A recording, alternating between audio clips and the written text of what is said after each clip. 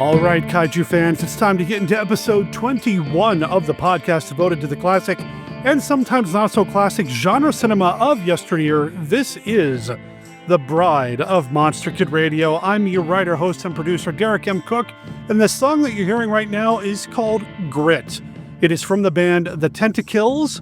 It's off their album Rage of Aquarius. You can find them over at Taboo Recordings at taboorecordings.bandcamp.com or look up Tentakills on Facebook or Instagram. I wanted to give them a special shout out, not just because they've given us permission to play their music here on the show, but they recently announced that they're going to be performing live on Saturday, June 7th at the Lowbrow Sideshow 2025 at Brett Gordon's Towing and Repair in South Bend, Indiana. They post about this over on their Facebook page. You should go check it out when you're done listening to this episode of the podcast. Also, when you're done listening to this episode of the podcast, check out the album Surf Rally for Cali, Fire Relief. You can find that at Surf Rally for Cali, short for California, surfrallyforcali.bandcamp.com. This is a super important release because proceeds from this album go to supporting the American Red Cross California Wildfire Relief efforts, and a lot of the bands that appear on this compilation have appeared here on the show in the past. You've got some heavy hitters, you've got some more independent bands. They're all really cool. It is a collection of over 50 songs that you can pick up digitally for $10. Check it out. Check out the Tentakills album when you're done listening to this show, like I said, and let them know that you heard about them here on Bride of Monster Kid Radio, which this week is a podcast where you're going to hear about the movie Rodan. Beth is back this week. We're going to continue her kaiju education by talking about the next big monster movie in the Toho Films lineup. We've talked about Godzilla. We've talked about Godzilla Raids again. Now it's time to talk about Rodan, and she had never seen the movie before, so I'm excited to sit down with her and discuss one of my favorite kaiju films and hear what she has to say about it. And you're going to hear about it too. It's going to be a good time. I'm excited. I'm also excited to go over your submissions to the Kaiju Query. Last time we had Beth on to talk about a giant monster movie, we asked who wins in a fight, Godzilla or Gamera, and 3 of you called in and gave us your response. One of those people being Captain Billy, and it was his idea to bring back a question of the week or a Classic 5 style question to the show, so he has his response. We also have a response, BadShark Black Hand, who also submitted a review of his experience going to see The Phantom of the Opera with a live score provided by the band The Invincible Czar. So we have that coming up in this episode. And of course, we've got Mark Matzke's Beta Capsule review, where he's been going through every single episode of the Ultraman franchise. We are in Ultraman Ace right now. The episode that he's talking about is one of my favorite episodes from the Ultraman Ace run. So that's going to be in this episode of the podcast as well. There's so much going on. I'm excited to get to it. So let's get to it.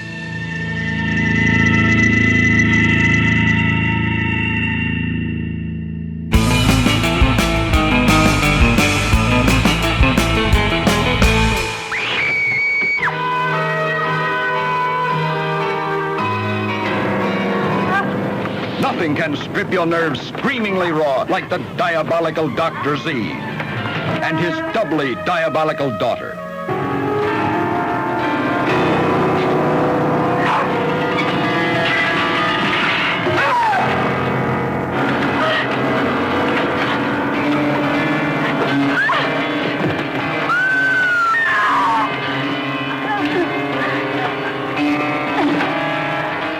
many thrills can you take? Warning, this picture is for people with nerves of steel. Get rid of her right away. The sooner the better. I'm leaving here and Nadia's coming too. Too late now.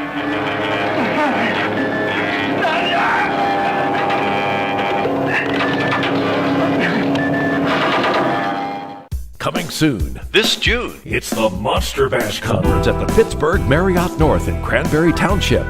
Fans of classic horror and science fiction films and TV will gather from across the United States and beyond. It's where you can meet and get autographs from movie and TV actors and actresses. This June 20th through the 22nd, 2025, meet Catherine Lee Scott and Sharon Smythe from the original Dark Shadows TV show, plus writer and zombie from the original Night of the Living Dead, John Russo, and the kids and grandkids of the original Universal Monsters, Frankenstein, creature from the Black Lagoon, Dracula, the Wolfman, and the Mummy, Ron Chaney, Lynn Lugosi, Renee Browning. Also appearing, the Monsters movie grandpa Daniel Roebuck, TV horror host Son of Ghoul, an Ohio TV legend, and horror host Mr. Lobo. Renegade monster movie director David The Rock Nelson will be filming on site as well. You'll love shopping over 100 vendor tables featuring movie collectibles, DVDs, Blu-rays, vintage toys, vinyl records, monster magazines, comic books, and more to boggle your eyes. Rare film screenings, special talks, and live game shows where you can win great prizes. It's all part of Monster Bash at the Pittsburgh Marriott North, June 20th through the 22nd, 2025. For discounted advance admission, go to the website monsterbash.us. That's monsterbash.us. Or call 724-238-4317 for more information. We love the Monster Bash. Woo! Hello, bride of Monster Kid Radio, Beth and Derek. This is BadShark Black Hand from Albuquerque, New Mexico. This week I have a review of the Invincible Czar live musical performance during the Phantom of the Opera. Lady Mary, my wife, had never seen the 1925 Lon Chaney classic Phantom of the Opera before. So we saw the Invincible Czars perform at the Santa Fe, New Mexico Center for Contemporary Art. The Invincible Czars, as you mentioned last week on your show, are a band out of Austin, Texas. They have been touring with live music during silent films for approximately 10 years is when they started doing Nosferatu, and then a few years back they added Das Cabinet des Dr. Caligari to their repertoire. We saw a 5-person band with a combo keyboardist and violin player, a second keyboard player, a drummer and percussions, electric guitar, and then the 5th person was on flute and woodwind. Their original soundtrack for Phantom of the Opera really added to the experience. This was the color-tinted version. The ballet and ballroom scenes really felt real and genuine. The dramatic music really enhanced the various entrances of the Phantom, especially the big reveal scene with Lon Chaney and Mary Filton. And then the final chase scene was just so memorable. We saw it, like I said, in the CCA Theater, which is a small theater, only about 80 to 90 seats and maybe half full during last night's performance. So we got to meet the band afterwards, talk about the performance and their influences. I was able to buy 2 DVDs, one for Nosferatu and the other for Das Cabinet des Caligari. They do have one in production for Phantom of the Opera, but it's not ready for sale yet. They expect by July or so. This tour does go through the fall, so if you look at their website, invinciblezars.com, you'll see their upcoming performances through the spring. Looks like they're taking the summer off and then picking back up again in September and October. I highly recommend seeing this performance. It's, the Lon Chaney Phantom of the Opera. It's so good. And then with the music, it just really makes it a wonderful, wonderful production.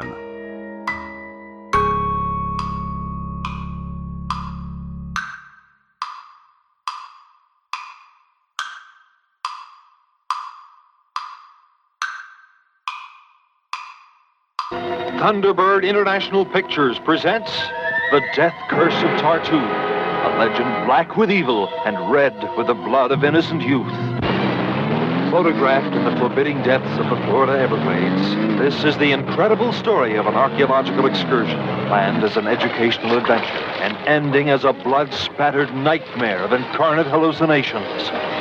Cold and slimy creatures without mercy hunt and kill, controlled by the soul of a rotting corpse. They danced over the grave of Tartu, who was restless in his coffin, and made passionate love on his burial mound until... Julie, what is it? They faced the terrible reality of the death curse of Tartu. Was it really a killer shark in the swamp waters, or was it Tartu who had sworn vengeance on all who disturbed his grave? If we sit here and wait, it's only a matter of time until Tartu will destroy us all. Thrilled to the heart-stopping suspense of scenes that spare no detail of horror. See the bloody massacre of terrified youngsters as Tartu the Witch Doctor returns to wreak vengeance. See The Death Curse of Tartu, coming soon to this theater. This may be what we've been listening for the past 4 years. At last, contact with another planet, but it's really contact with nightmare. From out of this world, from out of the vast, frightening unknown, come the Terranauts. Something came out of the sky, picked the building up bodily and tore it out of the ground. One moment on solid from your Earth, the next kidnapped into an enemy world.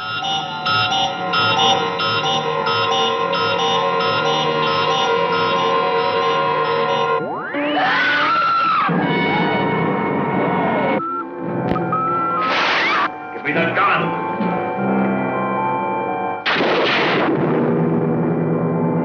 Sandy!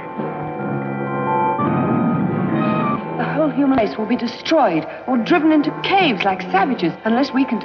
Unless we stop this enemy first. We must wait till we're within range.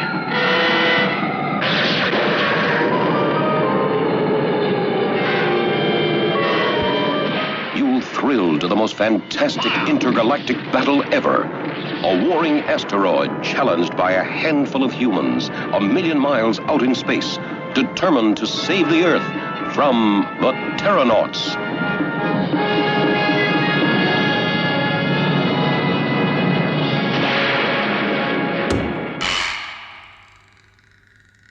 Live from the Land of Light in Nebula M78, home of the mighty Ultra Heroes, it's Monster Kid Radio's Beta Capsule Review.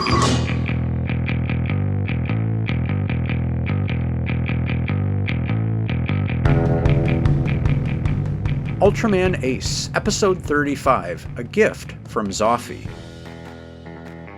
A schoolboy named Yukio, teased by his peers for wetting the bed, tries to save face by prank calling Tak. When Hokuto actually shows up, Yukio wets his pants, prompting the Tak member to sympathize, since he struggled with bedwetting until he was 9 years old. Hokuto even gives Yukio an Ultraman Ace badge to encourage him, but when terrible monster Dreamgearus shows up in a nightmare, his problem recurs. Danumezu suggests that Yukio should visit the location he sees in his nightmare, and when he does, the real Dreamgearus emerges from a lake and destroys 2 airplanes. When the terrible monster disappears and evades Tak's detection, Hokuto believes he's been lied to by Yukio and reprimands the boy, and the confrontation brings Yukio to tears. That night, Ultra Brother Zoffi appears to Hokuto in the sky to tell him that he must atone for the mistake of distrusting Yukio. But there's a problem. Yukio is nowhere to be found. Episode 35, which aired for the first time on December 1st, 1972, is very much in keeping with the series' renewed emphasis on stories that place children front and center. Yukio's problem of bedwetting strikes a universal chord, and the ridicule it earns him makes him an instantly sympathetic character. Hokuto's initial compassionate response makes a tremendously positive impression, which is undercut by his harsh words to Yukio when he feels the boy is lying to him. It's significant that Hokuto, the hero of the series, is portrayed as capable of making mistakes and learning from them. It serves to show that Hokuto and Yukio are more alike than different, and that everyone, young and old, has the opportunity to grow and mature. Mixed in with this message is an abundance of monster action and multiple shots of Yukio's bedroom, which is absolutely stocked with Ultraman Ace posters, books, and action figures. There's much that could be said about Tsuburaya Productions' mastery of the merchandising game. For now, I'll just say I find it fascinating that when this episode aired, it would be 5 years before a similar wave would begin to crest in the United States, with the release of Star Wars, a franchise often credited with popularizing tie-in products. For Monster Kid Radio's Beta Capsule Review, this is Mark Matzke reporting.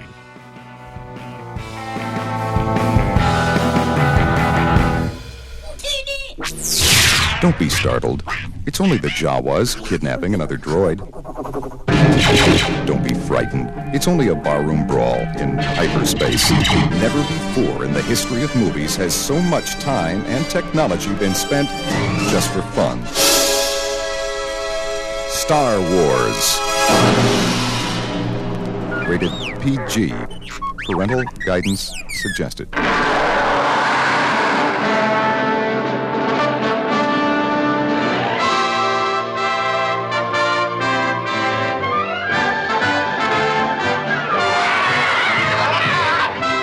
You'll get those hysterical, hilarious horrors when you join those Bowery boys as overnight guests in a mansion of merry maniacs. We just want your heads. Oh, well, if you said that in a foot. Our heads? Uncle Anton, the scientific stoop. Would you like a high cut or a low cut, sir? Oh, I'd like a low cut. Uncle Derek, the medical madman. What is it you're trying to say? Help! Cousin Francine, the fluff with the stuff. I mean business. Aunt Amelia, who's no camellia. The butler Grisson, he's gruesome. The family tree, a man-eating honeysuckle. Boy, oh boy, I feel just like a space cadet. This will register his brain potential. My friend here has a vacuum-packed head. The Bowery boys get the heebies, the jeebies, the willies, and the shakes, while you get the laughs of the year. Gentlemen, I have a suggestion. 50-50. No. Routine 6, Satch.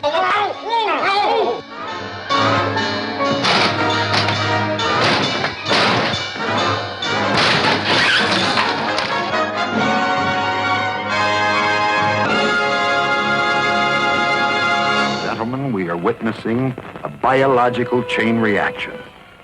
A geometrical progression of deadly menace. It had started casually, insignificantly, as momentous events often do. Look there. 2 points off the port bow. The giant behemoth, the fire-spitting monster predicted in the Bible. Its core a mass of lethal radiation. Rising from the depths of time, its strength enormous. Its gargantuan ferocity a threat to London, to the world itself. We must find a way of destroying this creature in one piece. Judging by the beast's size, I would say it was powerful enough to drive a battleship. Of course, its tremendous electric charge is what projects the radiation. That's what makes the creature so deadly. Well, have you any concrete suggestions? Yes. First, block off the Thames.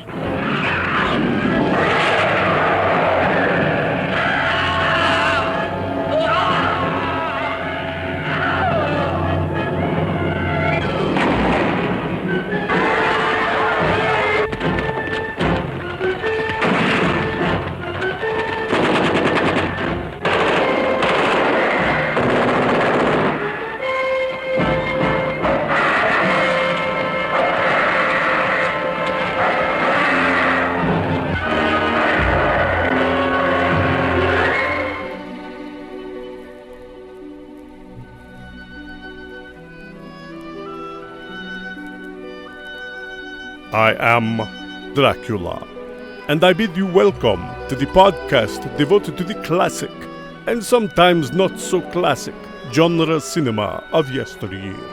And I offer you this warning. Sometimes Derek and his guests get excited, and they may spoil a movie or two. You know how excited monster kids can get sometimes. If Monster Kid Radio spoils a movie for you, do not come whining to me. I cannot stand whines. I really enjoyed the episode with the top 10 objective list. I was not surprised by any of the movies that were on the list. However, the order did surprise me. I really enjoyed the discussion on her decision matrix, on why she put Dracula over Wolfman and why she put Creature over Frankenstein.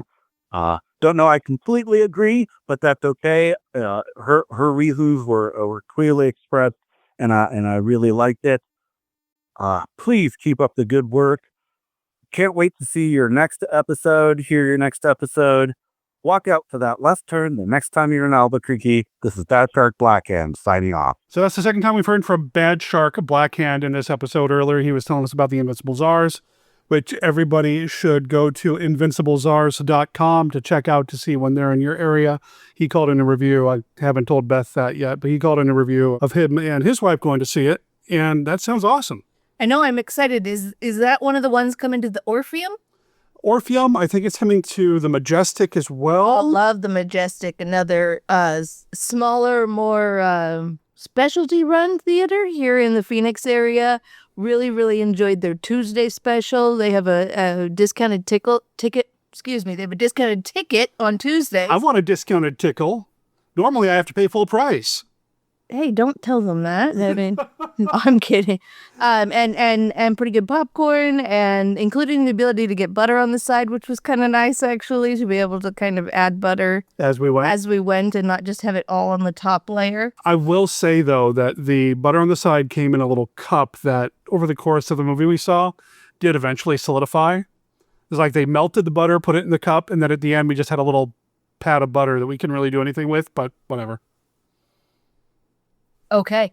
Anyway, looking forward to the Incredible Czar's performance. I know the last time we went to, one of these older silent type films with music over it, we had a fantastic time. Check the archives. It's an early episode of The Bride of Monster Kid Radio. And so I can't wait to see this one. And hear it. Well, and you know me as a musician, love the live music. Oh, yes. I'm looking forward to it. And it's Phantom. Yeah. It's Phantom of the Opera. Important movie that did not make our top 10. True. But I think it gets forgotten as part of the Universal experience sometimes, because I think people lump it into, if they've seen the musical, they want to lump it into that. And they're not the same. Yeah. Different experiences. It is a different experience. It's a silent film. And it just has a different mindset behind its production. I think Universal even sometimes forgets about it unless there's like a licensing or merchandising opportunity. Then suddenly they consider it one of the classic monsters. Otherwise, they kind of push it off to the side. The big three are always Dracula, Frankenstein, and the Wolfman. Then depending on what they're doing, maybe they'll throw the Invisible Man, a Mummy, and Bride of Frankenstein into the mix. And who knows? I don't know. I think it's an important film. I'm looking forward to checking it out, though, and hope we can make it work. Yeah, absolutely. I agree. I think it's very important because, it's one of the earliest. Yeah, for sure. Okay, so thank you for calling in. In fact, a couple of times in this episode, you've heard us talk about how you can reach out and be part of the show, like BadShark Black Hand was with his review of Invincible Czars. Yeah, absolutely. I mean, we love to hear from guys like him, Captain Billy, all our regulars. But even if you've never reached out before, go ahead and reach out. Send us a voicemail. Send us an email. We'd love to get your thoughts, hear your ideas, especially if you're new to the podcast. I know we had some people that just found us this week for the first time. Yeah. They were posting on social media. So, let us know what you'd like to see. Maybe we've covered it in the past, but We probably haven't covered it on the Bride of Monster Kid Radio yet, so... That's true. Beth didn't become part of the show until much later in the run, and a lot of these movies are brand new to her. So it's been a lot of fun to expose my lovely bride to a lot of these movies. You can always email us with your thoughts on anything that we talked about at monsterkidradio@gmail.com, or you can call and leave us a voicemail at 360-524-2484. That's available on the website at monsterkidradio.net. I know the website needs a refresh, but it's still there, so go check it out. That's our contact information. And that's where I announced last week in the show notes for last week's episode that we're doing Rodan this week. The kaiju education of Beth continues. Yes. So I do have some other feedback that I'm going to insert right here. The Kaiju Query is what we're calling it. Okay. This is an evolution of the Classic 5 and a suggestion that Captain Billy made about maybe doing a question of the week. Well, you know what? We're going to change it to the question of the month, and we're going to tailor it to the kaiju stuff. And the last question, the first question that we asked was, who wins in a fight, Gamera or Godzilla? And this is what some of the listeners had to say. Okay. Godzilla versus Gamera. I know who wins in this battle, me, because I get to watch it. So I'm going to go with Gamera, because nothing's friendlier. Oh, by the way, you played the trailer. Gamera, the Invincible, it's right there in the title of the movie, so it's obvious who's going to win, the Invincible one. And I have a soft spot for Gamera, because, we all love Godzilla. The Gamera movies are aimed directly at, 6-year-old children, and I was a 6-year-old children once, and I really like my guy. I haven't watched one in 5 or 10 years, but when I was a kid, I always liked Gamera.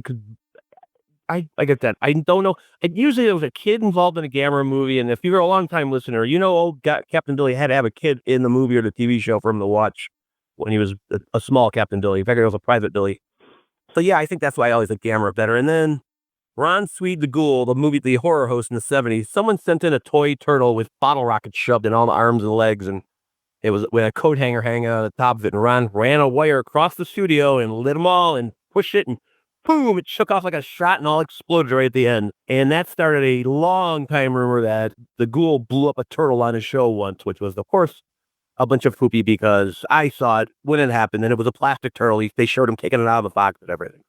Okay, Derek, you asked the question whether Godzilla would win, and I believe Godzilla would win, but by a narrow margin and very dramatically. Happy day. Hey, Beth and Derek, this is BadShark Black Hand. I have newly relocated to the American Southwest like you. In my case, I took the left turn at Albuquerque, and I decided to stay. Now, for your question of Godzilla versus Gamera. I think Godzilla is stronger, he's tougher, his atomic breath is definitely much more powerful. But Gamera, on the other hand, can fly. He's got his own jet power where he can hover. He can move faster. He has that devastating spin attack where he flies like a frisbee or a discus.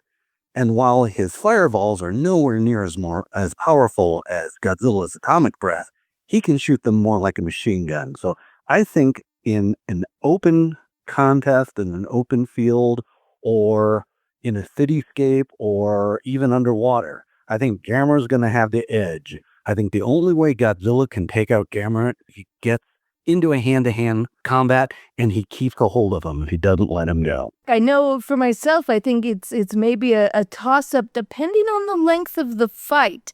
I think if it's a short, fast fight, I think Godzilla has the advantage, but, if we're talking about a long haul, a marathon, I think the turtle's always going to win in that circumstance.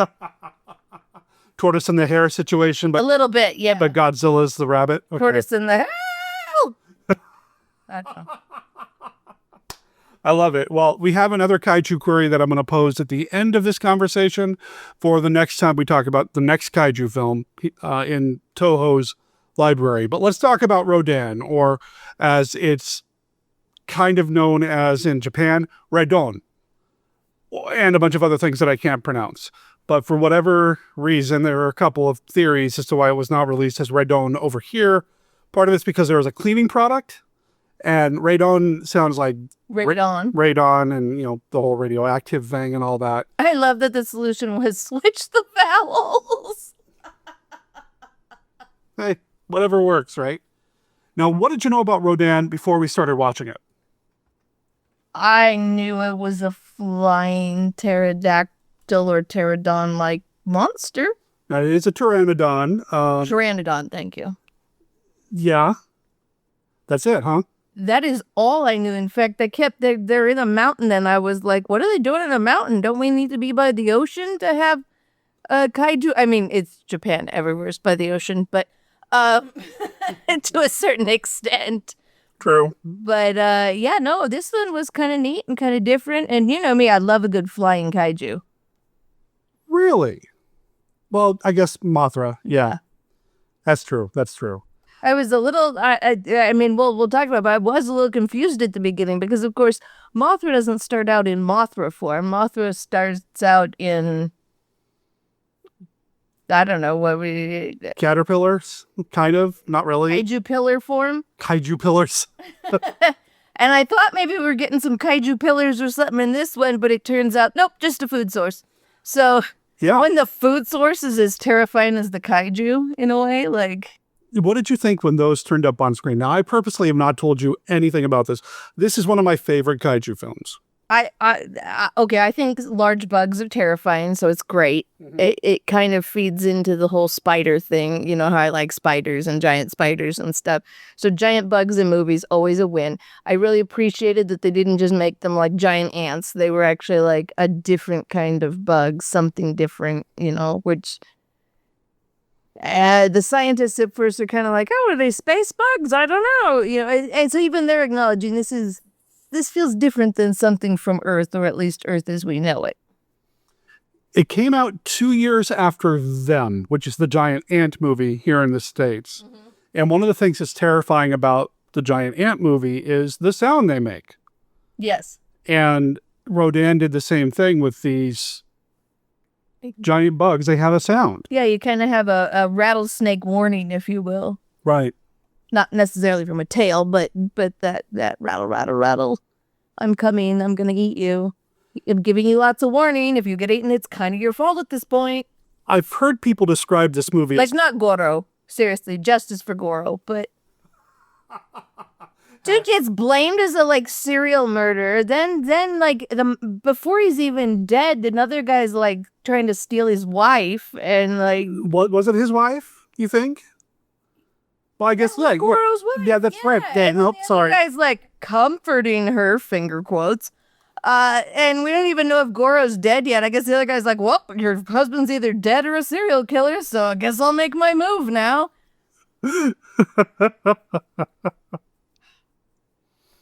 Yeah.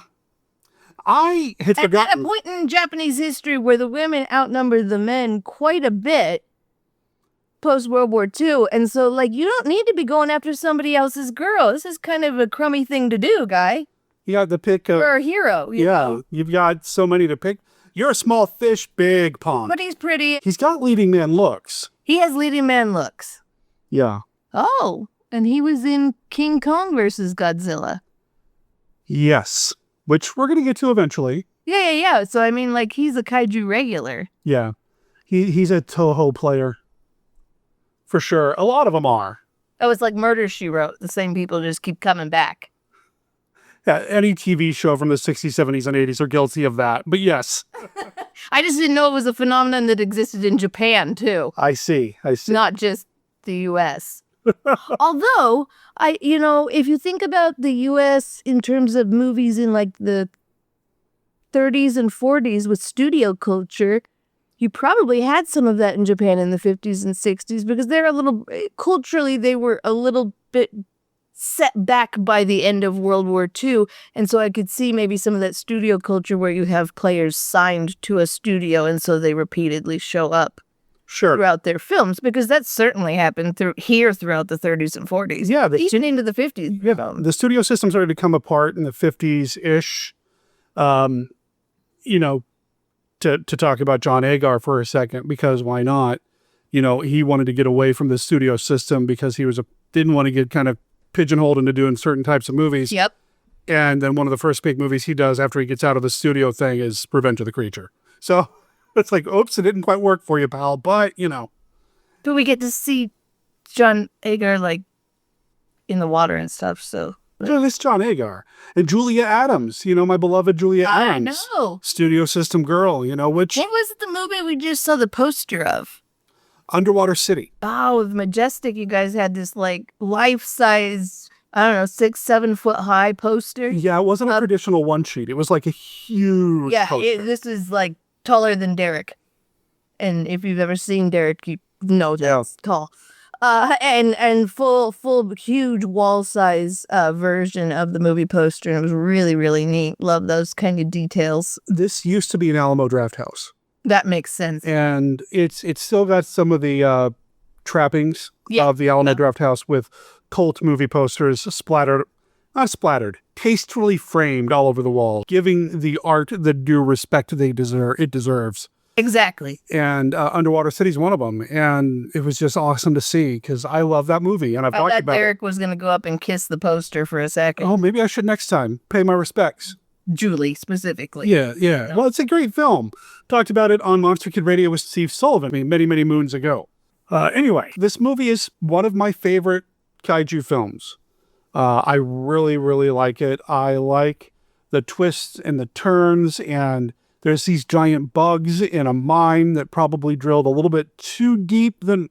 I definitely had that feeling of... The Fellowship of the Ring, the dwarves have delved too deep. Who knows what they've unlocked in Cosmic Doom? And then we're like, alien ants, apparently. Snappy alien ants. Mm-hmm. I like how when they create creatures for these things, they're just like, well, what's freaky? Oh, ants. People don't like ants. Let's do ants. Okay, well, what would make the ants scarier? Lobster claws. Put lobster claws on it. And so they very much are these freakamals, if you will. But remember the stuffed animals or something you were looking at where it was like half shark, half elephant and weird stuff like that? Oh. It kind of feels like that a little bit. Yeah. I love them. I think they're great. And I do think there is a little bit of room for improvement here in that when they are finally fully revealed on screen, yes, people scream and run and say, call the police, it's an emergency. But there really isn't like this palpable sense of panic that I feel like there should have been when the only thing that is protecting you from the elements is basically a house made of paper. Including one moment when they go to they're running away. They go to shut a paper door, which I'm like, okay, it's a paper door. And there's a hole like designed into the paper. And yet he takes the time to like shut these paper doors that aren't even complete. And I'm like, what do you think that's going to do? Like, other than create a great moment where like one of the ant feet shoves through the paper and waves around freakily. Right. I mean, it gave us some great shots of destruction. And at this point, the Toho kaiju formula, the kaiju formula in general, has not been set. Yes, we had giant monster movies in America, King Kong and some of the Harryhausen flicks are starting to happen and that sort of thing. But we don't have the formula. We don't have the giant monster go through a city destroying everything. So we have some chance to say experiment a little bit with smaller structures and different kinds of big bugs and animals. Yeah, it kind of felt like Rodan is Godzilla's country kaiju cousin. Okay. Some alliteration there, because, I love a good alliteration. He doesn't come out of the ocean, which I find interesting because this is the first of these kaiju movies that we've watched. And I would even say this applies to some degree to the more modern ones, like Mechagodzilla. I would consider it a much more modern. Sure. That's a much more modern Godzilla, different era, if you will. Yeah. Usually the warning and the message is warning about things coming from the outside. We're warning about the dangers of radiation. We're warning about the dangers of nuclear weapons and things like that. But in this one, for the first time, we see more interior shots of Japan. We see a lot more countryside. And, it's not all just on the seashore or in the city, which is 99% of what we get in Godzilla, to be fair. It's either on the shore or in the city. That's pretty much all it is. And so we're getting this deeper look into Japan. It seems to be set around the time it was made instead of right after the war. And so you have a very different feeling of like the young people are just living their lives. We have a couple who just gets married and it's just a normal wedding day and they're wearing cute little Western style outfits and stuff, very 50s appropriate, knee-length wedding dress and everything. And you have someone else who's just going to work in the mine. That's right, gotta go to work in the mine today, going to work at the earthquake center because it's Japan and we have earthquakes. It's just my everyday job. People aren't in refugee status. They aren't in panic survival mode anymore. Things have calmed down. Society has sort of recovered to a degree from the war, clearly. The defense force looks much more polished. And so it's just a very different time. And it's looking more like, oh, did we dig too deep? Are we trying to take too much coal out of the earth? Is that, causing problems? We got too greedy, that sort of thing.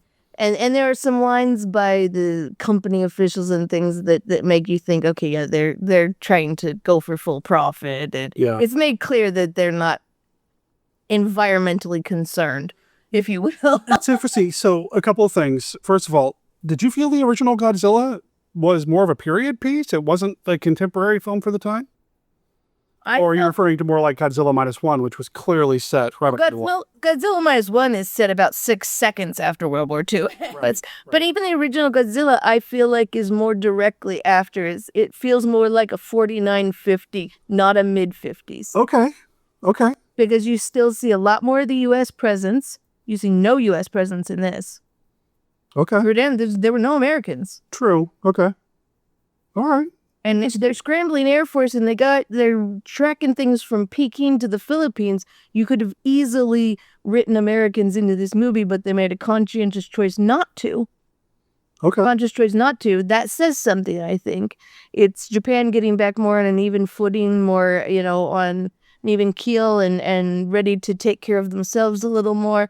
But it's also a little more of the attitude that we need to look inward at what we're doing and maybe we're causing the problems. I love the point where the scientists are like, don't keep doing that, military. You're going to blow up the mountain. And the military guys are like, you're right. Let me think for a second. Continue doing the thing to blow up the mountain. Like, and you're like, no, what are you, Americans? And so I think it's a different time period. It's a different snapshot as we've, moved forward, and they make it very clear that they've done this. And I think you can see in the end, the military finishes its stuff, and they're like, well, all done blowing things up here. Back to base, guys. And they go back to base. Go back to base, for lack of a ruder word that I don't want to say.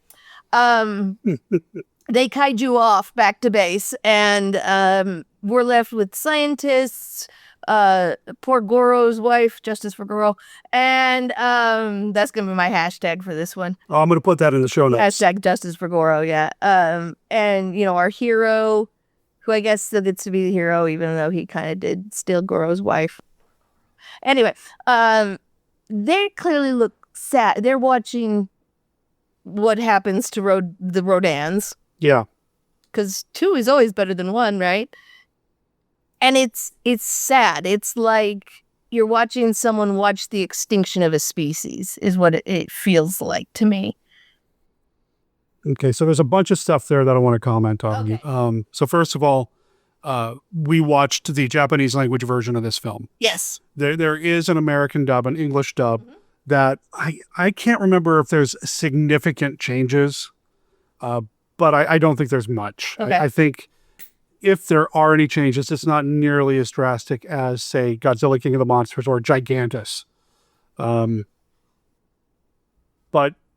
for the English dub, one of the first times George Takei worked in Hollywood, or worked in the entertainment, it worked in film, because he was involved in the English dub on the... Sure. And it was the first time, if I understand correctly, an actual Japanese American did dubbing. Most of the time, up until this point, it was Chinese Americans doing the dubbing for Asian films coming over? Well, again, as I'm sure George would tell anyone himself, a lot of prejudice against Japanese Americans throughout and following the war. I mean, look at the internment camps. He himself. He and his family were. Yeah.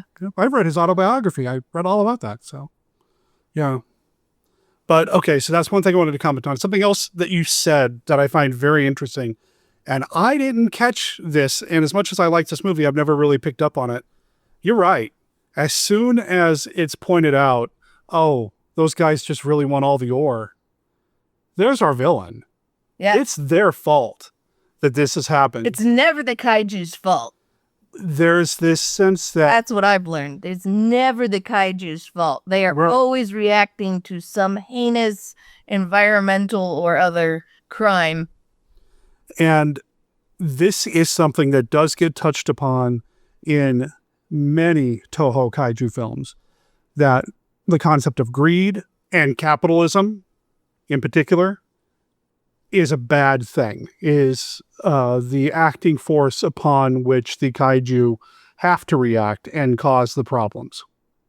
Which is an interesting take for the time because, of course, this is the factory era of Japan.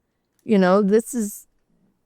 everything's being rebuilt and they're building everything to be shipped all over the world. So it's interesting that their media, that their entertainment wing in their country has decided that they so strongly need to make this statement against capitalism and commercialism and, just the acquisition of things over the importance of people.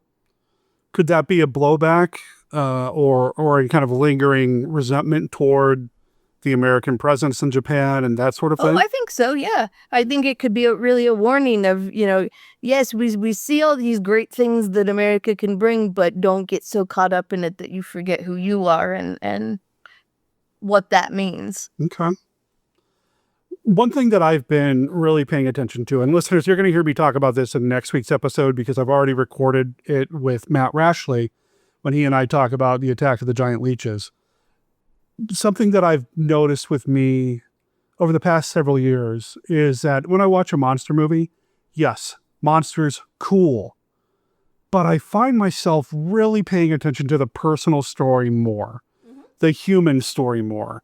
And in this one, I had forgotten about the whole Yoshi-Gorgo confrontation at the very, very beginning, which we don't have any explanation for. They just really don't like each other, and they're fighting at the very beginning. There's history. There's some history there. I'd like to know what that history is, and I'll touch on that here in a little bit. But I really found myself kind of getting caught up. I'd like to say in the personal story, but I can't say that on a personal level because I feel like there's so much happening here that the story feels so epic and it got condensed for a feature film. Yeah. There's so much happening here, so many different factions, so many different relationships, so many different scenes. This could have been like a limited series TV show. I was just thinking the same thing, yeah. It really could have been drug out in a very good way. Give us the reason why Yoshi and Gorgo don't get along. Give us some more stuff with this honeymooning couple who's decided to go off on their honeymoon. What's the worst that could happen? We're on our honeymoon. Well, you don't say that in a monster movie. Or... I don't think they knew they were in a monster movie, but yeah. Yeah, you just don't. No. I mean, give us some stuff there. Give us more stuff with the relationship between Gorgo's widow or surviving wife, who, whatever, and the other guy. Give us more stuff between the scientists and the military. It really felt like it could have been a much bigger, longer production. And like I said, a limited series TV show. I agree. Would be awesome. Would be really awesome. So that's how I feel about this story. And that's one of the reasons why I like it so much, is it just feels like such a consolidated version of a much bigger story I'll never get a chance to see because it doesn't exist until Toho decides to do it or somebody decides to do it. I don't know if I want Legendary to do it because they might miss the mark a little bit, but it was just something that I really want to see from this.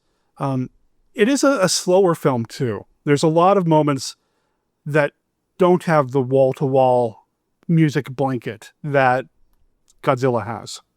True. It also doesn't have the like death lasers. You know, we're not like shooting fire out our mouth in quite the same way. And so I think the destruction is on a smaller scale. Yeah. Which is okay. Although the body count is quite high, as you commented. Yeah, I mean, in Godzilla, yes, he destroys a good chunk of Tokyo. And you kind of assume there are people in there, like, you know, maybe some older people that didn't get out. Or people someone die. sleeping, you know, but you don't see it. You don't see it the way you see it in this, like when Rodan flies over the Jeep and the Jeep goes flying and runs into the cliff wall or whatever. And you see the model people's legs kind of flailing around a little bit. It's a much more personal death count. Or when Rodan's lunch is yanking and yeeting people into the pool of death. Right. You know? Yeah, at the very beginning. You get like bloody limb bits at the, you know? Yeah. Or you see like the human bones kind of scattered about. It does make me, you know, you brought up backstory. It makes me wonder what they've seen Goro do that they thought Goro could have done that to those people. Like, what? Is Goro just like really fun on a boys' weekend, or like, you know? What is Goro's backstory? I want a prequel, you know, the story of Goro. This one time in Kyoto? Yeah. What did he do in the war that made everybody free? Yeah. You know, it also made me, speaking of the war, think of something, and I think this goes to say for many of the kaiju films, particularly in the 1950s, it was a way for the Japanese to express to their own people. I was talking to a friend who brought this up. It was a way for the Japanese to express to their own people that they were ready to defend the islands if they needed to, from more than just kaiju. That these movies were a way to say, yes, we've pared down the military and we're not trying to take over the world and stuff, but if the Russians come or the Chinese come, we can still take care of ourselves. We still have a defense force. We still have a defense force, and look at what it can take down. If it can take down 2 Rodans, clearly it can take down some Chinese or Russians or something, you know, right, if they come after us. So I think it's important to look at those things too, so that when you're like, oh my gosh, it's the 1950s and they're like in bombers with the Japanese flag on the side, that's a little disturbing, but at the same time, from a Japanese point of view, which is who these movies were originally created for, it was great that they've had a following in America and around the world, but originally, they're made for a Japanese audience. It was probably nice for them to feel like, oh, we have big missile trucks that can launch missiles. Oh, we have tanks. We have this. We have that. Okay, we're not totally defenseless, because post-World War II, yeah, other than what the United States was doing, they kind of were for a bit. Yeah, well, the treaty was very clear. Yes. You know, you can't build up your military. Okay. We're just going to defend against kaiju. Yeah, something like that. You've said 2 Rodans repeatedly. Yeah. What did you think when the second one showed up? Because I, again, have said nothing about this film to you. I was both excited but also saddened. And I think at the end, it's pretty clear that they were a pair. Yeah. Because the first one, when it goes down, the other one, I think, could get away, but it doesn't. It chooses to go down with what I'm assuming is its mate. Or sibling? I don't know. Well, I think sibling, because I think they came from the same nest. So I would say sibling. But yeah, that they chose to go together was very sad and sweet. And I kind of wanted them to kill some more of the military people first, if I'm honest. Like, maybe one of the generals or something. Like, at least the guy who was like, blow up the mountain, whatever. Yeah, he needed a comeuppance. He does. I hope another kaiju eats him later. He needed to be in that office building when Rodan pops up and you see him through the window. Yeah. And you commented on that shot being really cool. Yeah.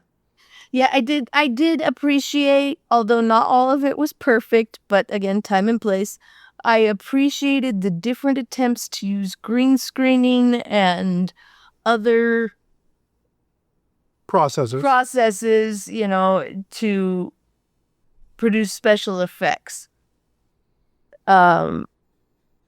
of course, we love the guy in the suit. Yeah.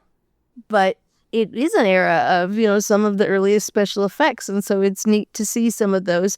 I will say I really, really liked this guy in the suit. I think he gave something, I'm assuming it's a he. Yeah. But I think he did something very different with Rodan than we tend to see from other kaiju. Even my beloved Mothra. Yeah. May she reign forever. Can be a little clunky at times. Godzilla's clunky. Yeah. He is not the dainty, Fred Astaire, he is not. He's got some junk in the trunk. He's got some junk in the trunk. He wears a big shoe size. He's like you in a china shop. Right? Yeah, okay. Even Mothra, with the way her wings beat, and she has a very solid, big, thick kind of body, she's a curvy girl. Mm-hmm. If you will, moves in a very large animal sort of a way. Similar movements. I always notice that Godzilla has some similar movements to elephants.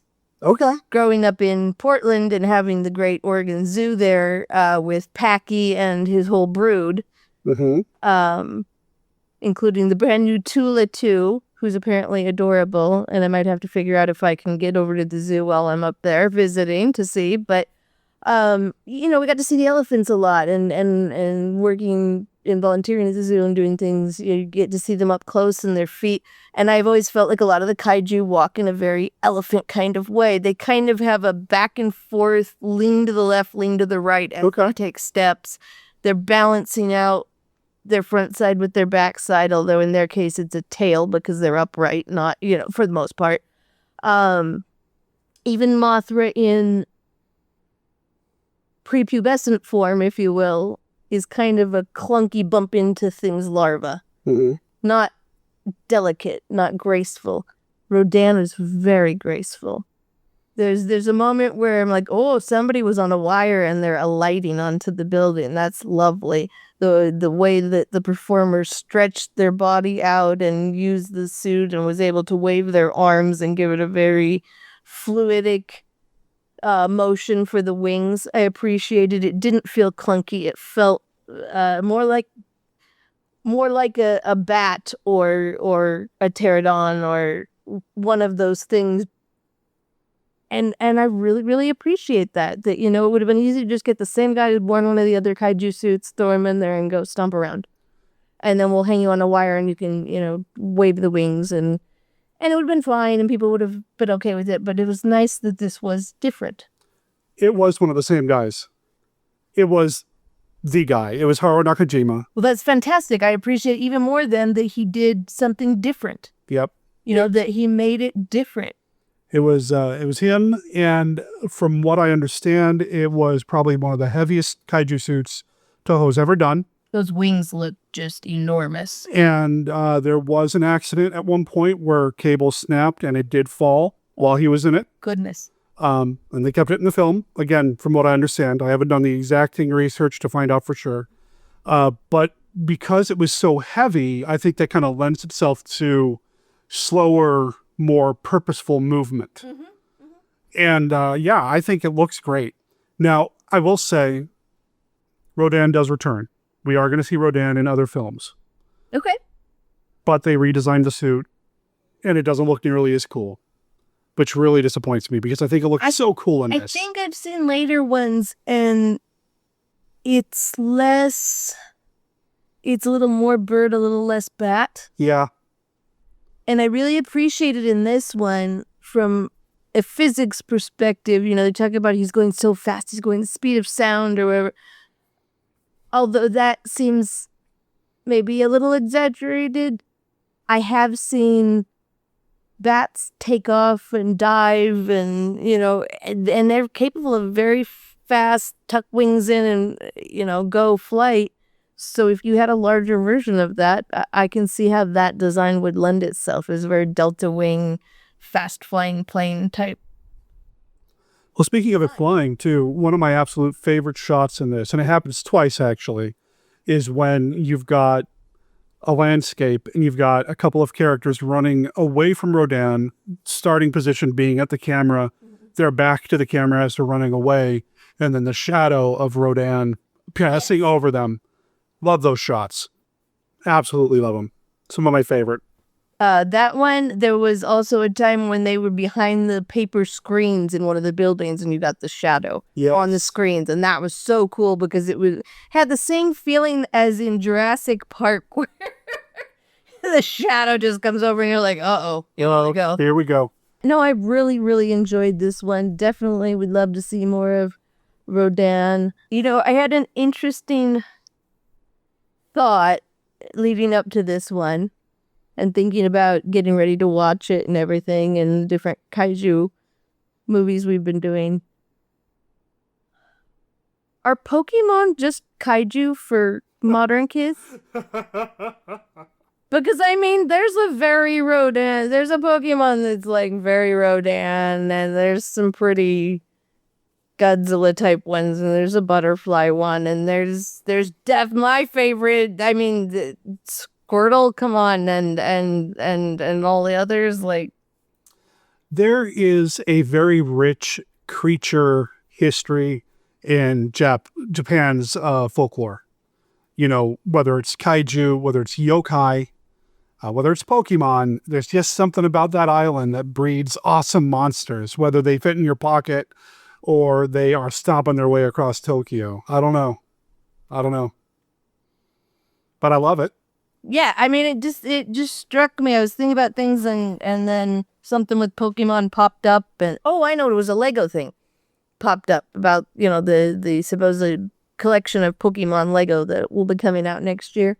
And I was thinking about some of the other Lego that I had wanted. I was like, I really wanted that one dinosaur, but it kind of looks like a Pokemon. Hey, wait a minute. And then, yeah. So yes, what do you guys think? Are Pokemon... I'm sorry, I don't know what's going on. So tell us what you think. If you're a parent or a grandparent who has lived through the Pokemon age, what of your favorite kaiju are represented in the Pokesphere? The Pokesphere, the Pokeball, perhaps? And how cool would it be if you could put Rodan in your pocket and just carry him around all the time? It's funny you bring that up because a lot of the later era Ultraman stuff deals with like spark dolls and having capsules and containers of many versions of the monsters that Ultraman fights and all that. And we all know it's because Bandai, wants to sell toys. So they make these little dolls, these little things you put in your pocket. Okay, but I only want that if I get to see in the lab where they're all in like little aquariums or whatever, and they're like, "Hey, let me out!" And like little tiny Mothra just beating her wings, like, "When I get out of here, you're so dead." I don't know, or whatever that would be in Japanese. Well, okay, there's something else I want to bring up about the movie. Okay. That first of all, it's the first color film for Toho. Okay. I don't know if you'd call it a flat-out horror movie, but a lot of people call it the first color horror movie out of Japan. I guess it's got its horrific moments. There's some bloodiness, and even when they don't show the death on screen, they're like, this is going to be a horrific death. We won't show it. Here's the extremely bloody helmet of the guy you just saw. Yeah, that's true. Just in case you thought he, died peacefully or didn't feel anything, let's show you the helmet covered in blood. Yep. Also, I don't think there were plans at this point to bring Godzilla back. Or at least the next Godzilla film isn't happening for a few more years. So this, I don't know if it's an attempt to start a different kaiju thing or what, but there's no intention, from what I can tell, to say this takes place in the same world that Godzilla takes place in. Yeah. There's nothing that directly ties it, but they seem to have jumped awfully quick to radiation and atomic energy made these giant creatures for people who'd never seen a kaiju before, is all I'm saying. That's true. There's no connecting characters or anything like that. But the whole time I'm thinking, all you got to do is call those guys over in Tokyo. They dealt with this a couple of years ago, you know?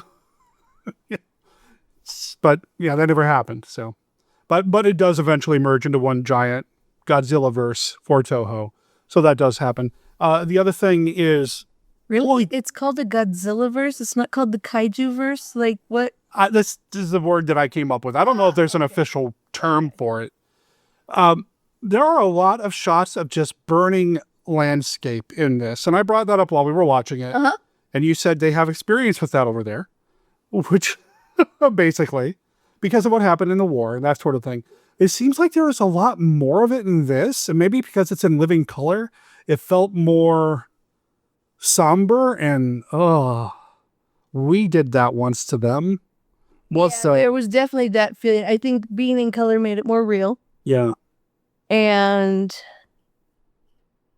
I think a lot of the buildings in the town looked more Western, too. You made a comment. The buildings are all made of wood. They haven't been there long enough. Be careful, Rodan. What are you doing? So, yeah. Yeah. And you can see, like, some of the signs. The sign for the camera shop said camera in English, and then, but presumably also in Japanese, because it said something in Japanese, so I'm going to assume it said the same thing. There were signs, like I was saying earlier, that they had moved forward as a society. But I think the fear of fire in a society that still uses paper as walls is always going to be there. And I think there's some generational trauma there from like the firebombing of Tokyo and stuff that, again, this is for a Japanese audience. If it's a horror movie, and the blood would indicate that's kind of where they were trying to aim for. A big giant fire that burns everything and endangers people is a pretty good, scary thing to throw in for that audience. That's right. And it's an incredible visual shorthand for that audience as well. Yes. It's such a, like, oh, wow. Yeah. Just like I would imagine. Have you seen Matinee? The movie Matinee? No. It's set during the Cold War. It's during the Cuban Missile Crisis, in fact. Okay. I'm take it back to that. And there is a moment where somebody sees an atomic blast happen on screen, and because of when it's happening, they're like, oh my gosh, it's really happening, whatever. There's that shorthand from seeing the destruction from that happening. So I wonder if that was, part of the toolkit they were using on purpose for this. The other thing that I found really moving in this, more so than in Godzilla, is the morose ceremony of watching the kaiju die with respect and sadness. As the characters are watching the two Rodans trying to get back to their nest, which has now been completely wiped out by a reignited volcano. Thanks, military. And they can't get there, and they die by bursting into flame when they get too close to the wall. Basically. Yeah, and it's incredibly sad, and it's incredibly moving, more so than somebody jumping into the water with an oxygen destroyer. For me, it just really hit me pretty hard, and I'm glad that it still had that effect on me, even though I knew it was coming. It's, I thought, a pretty powerful way to end the film. Absolutely. And I think that the fact that the characters that stick around and bear witness to the event, I think that says something. The military checks out. They head out. A few other people depart with them that had been side characters. But the characters that stay, like our hero, like poor Goro's wife, certain leaders, scientists, people that are there, they're all the people that we've been shown are level-headed, good, basically decent people that just want to keep everyone safe. They're not the military hotheads. They're not the one miner trying to start a fight with the other or any of that. They're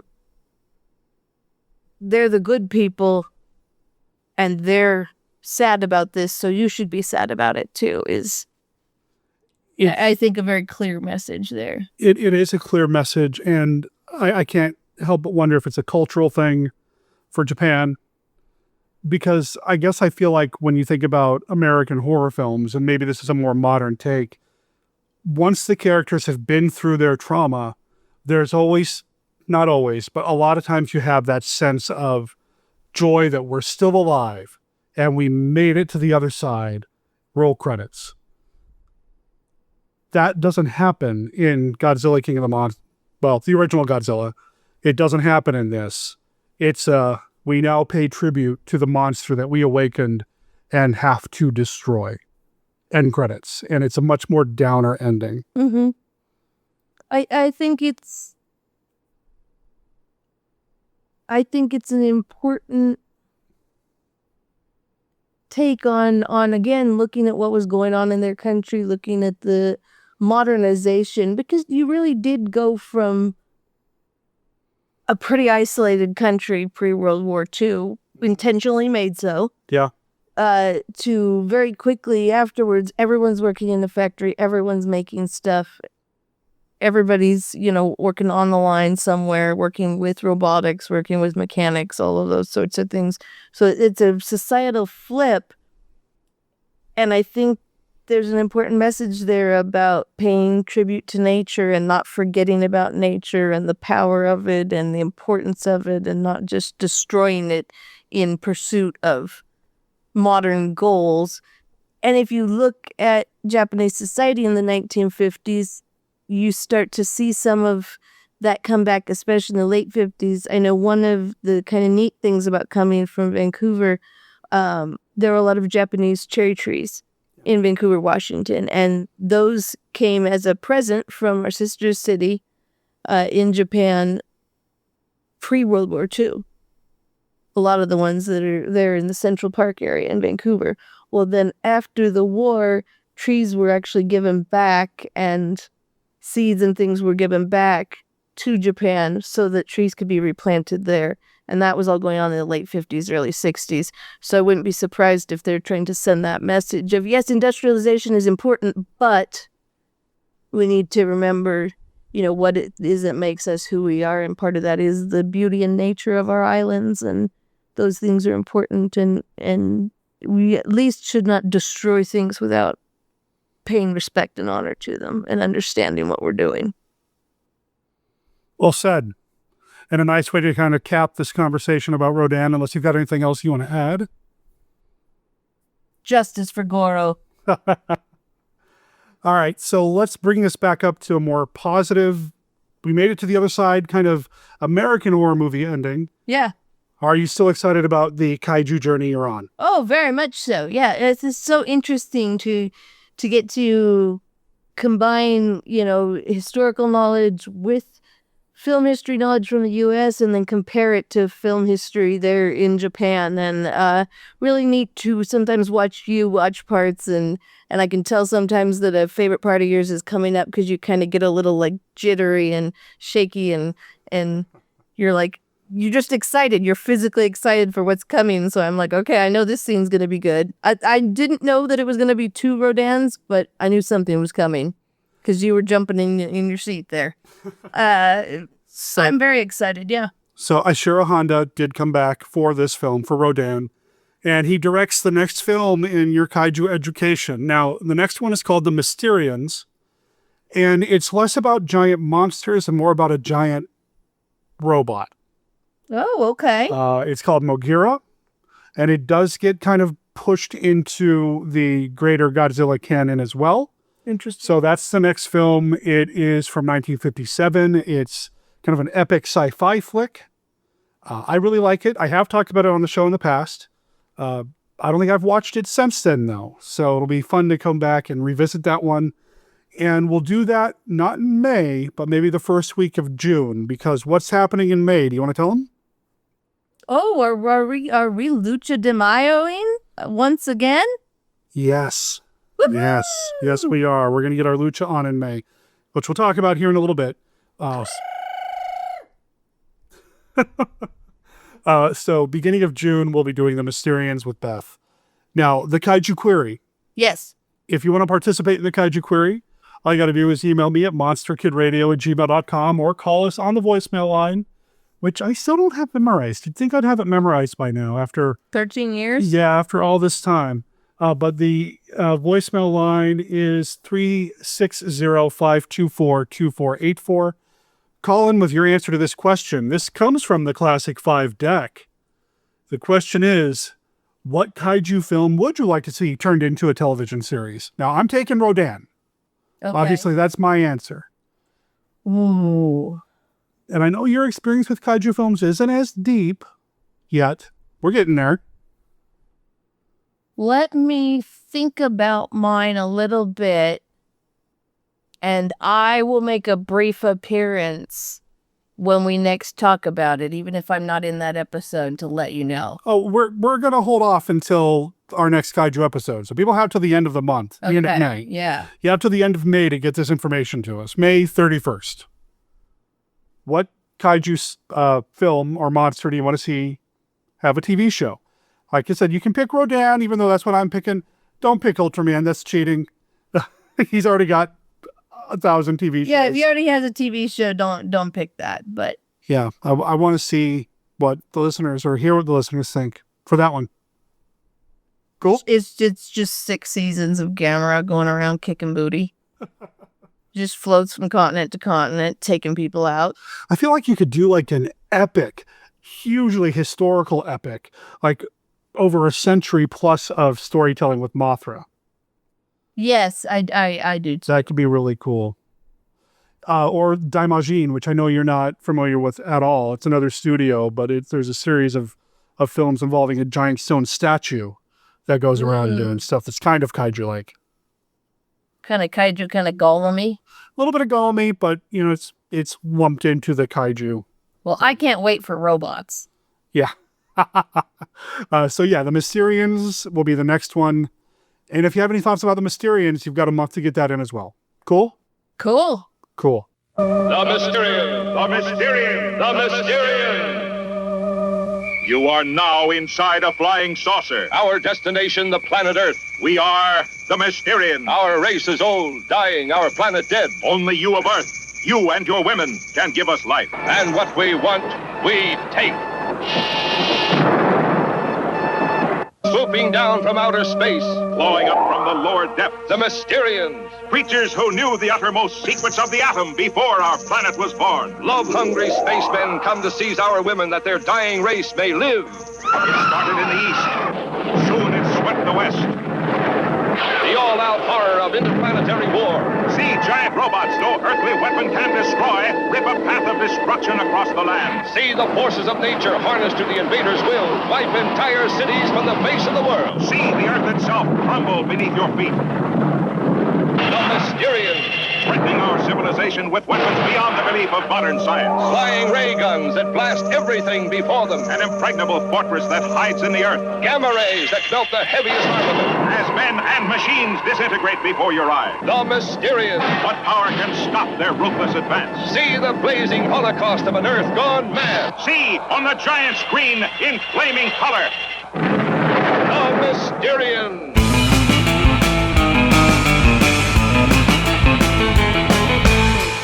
Well, that brings us to the end of this episode of Bride of Monster Kid Radio. Thanks for being here. Thanks for being part of the club. If you are a newcomer to the show, welcome. I hope you enjoy what you hear. If you've been around for a long time, so glad that you've been around for a long time and have been propping us up. However you found us, whenever you found us, please consider sharing us wherever you happen to be online, whether that's message boards, whether that's social media, X, Blue Sky, Facebook, Reddit, Discord, Patreon, wherever it is you are online, spread the word. We want to let more people know about Monster Kid Radio and Bride of Monster Kid Radio and Team Death and everything else that we do here. The more, the merrier. And we can only make that happen with your help. You can learn all about the podcast over at monsterkidradio.net. I did mention a couple of times earlier, that's where you're going to find everything you need to know about the show, including our contact information. monsterkidradio@gmail.com, or you can call us at 360-524-2484. Why would you want to call in? Well, there's the Kaiju Query, the new Kaiju Query question for the next time Beth is on the show. That's going to be coming up, but we would also love to hear from you if you have any thoughts about the movie Attack of the Giant Leeches, which is the next movie we're going to be talking about here on the show with my old friend Matt Rashleigh. Matt and I go way back, and I'm excited to talk about another one of my favorite classic monster movies with him. You know, we're going to have to turn the tables at some point. At some point, he's going to have to host something where I watch a movie that he loves that I've never seen before, and he leads the conversation. I don't know how that's going to shake out or what form that'll take, but that's got to happen at some point. It'd only be fair, right? Oh, in the meantime, you're going to get Matt on my show talking about one of my favorite monster movies, Attack of the Giant Leeches. That's coming up next week here on the show. Super pumped about that. Super pumped about so many things happening in the world of Team Death, Monster Kid Radio, and everything else. Make sure you hit up our website at monsterkidradio.net. Follow all the links. Follow the Amazon affiliate page. Follow us over on Patreon. Follow us wherever it is you happen to see us pop up, because you never know what we're going to announce or talk about next here on the show. I do want to give a special shout out to some of our new followers over on Patreon. Now, you can follow us on Patreon without actually paying to be a member over on Patreon. So I want to give a shout out to Mark Holmes, longtime member of the Monster Kid Radio irregular community, as well as Phil L., who is also following us over there. And I also want to say special thanks to our executive producer, Podcastcadia. You can check out Podcastcadia at podcastcadia.com. I'll make sure there's a link in the show notes to that as well. Bride of Monster Kid Radio is a Team Death production. All original content of Bride of Monster Kid Radio is licensed under a Creative Commons Attribution, Non-Commercial, No Derivatives 4.0 Unported license. You can learn more about Team Death, our other projects like Death Designs, Mail Order Zombie, the Team Death YouTube channel, and more at www.teamdeath.com. Remember, death is spelled D-E-T-H. All previous episodes of this podcast, as well as the original Monster Kid Radio podcast, are available at www.monsterkidradio.net. Please rate and review Bride of Monster Kid Radio wherever you download your favorite podcasts. Grit is copyright 2023, The Tentakills. You can find that on their album Rage of Aquarius, courtesy of Taboo Recordings, which you can find at taboorecordings.bandcamp.com. Follow the link in the show notes or just go straight to Taboo Recordings yourself. Taboo is spelled T-A-B-U, recordings.bandcamp.com, or follow the Tentakills on Facebook to learn more about some of their upcoming shows, and make sure you check out Surf Rally for Cali, Fire Relief at surfrallyforcali.bandcamp.com. My name is Derek M. Cook. I'll talk to everybody next week. Ciao! #Justice for Goro.